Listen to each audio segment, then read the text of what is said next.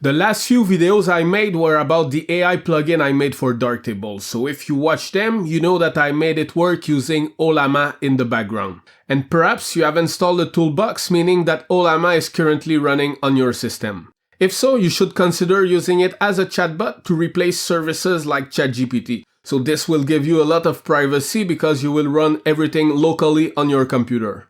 This video is not a tutorial, so I just want to show how Ollama is configured on my system and highlight the few things you can do with it. And perhaps this will give you ideas on how to configure it on your system. So if that sounds good for you, let's go.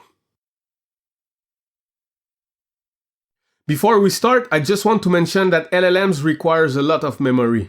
For example, I like the model named Gemma, which is offered in 1 billion, 4, 12, and 25 billion parameters. The 27 billion version will give you much better result than the 1 billion parameters, but the trade-off is that this model will require 15 gigs of memory. The rule I like to use is half the parameters in billion give you approximately the memory you need. So if you have a 12 billion parameters model, you will need approximately 6 gig of RAMs, and if you have a 1 billion parameters, you will need approximately 500 megabytes. And to run these models, ideally you need a GPU with a lot of VRAM. So what Ollama does is that it loads the model in the VRAM and then use the GPU to do all the processing. And with a good GPU, you can easily achieve 40 tokens per second, which is approximately the speed ChatGPT provides. If your GPU doesn't have enough VRAM, Ollama will fall back to using the system RAM, but the speed will be reduced a lot. And if you don't have enough memory, the model will not run at all. So check that you have enough RAM and VRAM and choose your model accordingly. After you install Ollama on Windows and Mac, you can run it from the terminal, and that's what we did for the AI toolbox. But you also have access to a graphical interface with a ChatGPT-like interface. This app lets you select a model and chat with it like any other chatbot. You can also drag and drop a document or a picture and ask it questions about it. On the side panel, you will find the settings and your conversation history. So as you can see, this interface is very basic.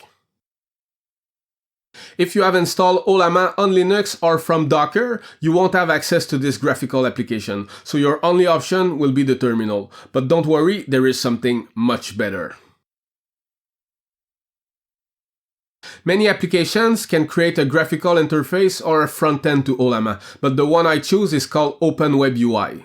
It creates an AI interface similar to ChatGPT that you can access from your browser. You can install it with Python or run a Docker container. So on my computer, I've installed Ollama and OpenWebUI installed from Docker. Typing localhost 3000 brings up the OpenWebUI interface. The benefit of this method is that you can expose port 3000 and access the UI from anywhere on your network. For example, I can access it right now from my phone and run any models on my computer. And additionally, if you self-host a VPN, you can reach it from anywhere if you have an internet access. And all of that can be done with Docker. So you can have a container for Ollama, another for OpenWebUI, and a third for WideGuard VPN. As you can see, Docker is so cool. But I digress, let's get back to OpenWebUI. This platform has everything you expect from an AI chatbot. You can select your model and chat with it. You can also add files such as pictures and PDFs. Another feature I like is that you can attach notes. On the side panel, there is a section called Note where you can add as many notes as you want. For example, you could create a note about your Darktable workflow, then feed that to the AI and ask it questions while you're doing your edits.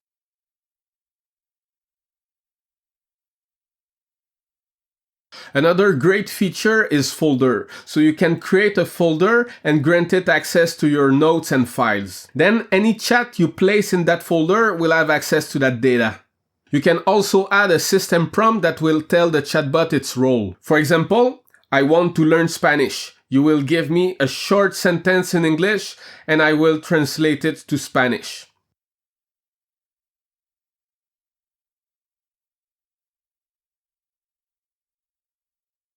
And that's it, you just replace Duolingo. The system prompt is not just limited to folders, so when you create a new chat, you can add a system prompt from the side panel. As you can see, you also have access to parameters like temperatures, context windows, so you can fine-tune your model. And there is much more you can do with OpenWebUI. So you can have it do text-to-speech or speech-to-text, and you can also have the AI model do web search using Google or DuckDuckGo. So if you have installed the AI toolbox and Ollama is currently running on your system, I suggest you take a look at OpenWebUI. So that's it for me, and see you next time.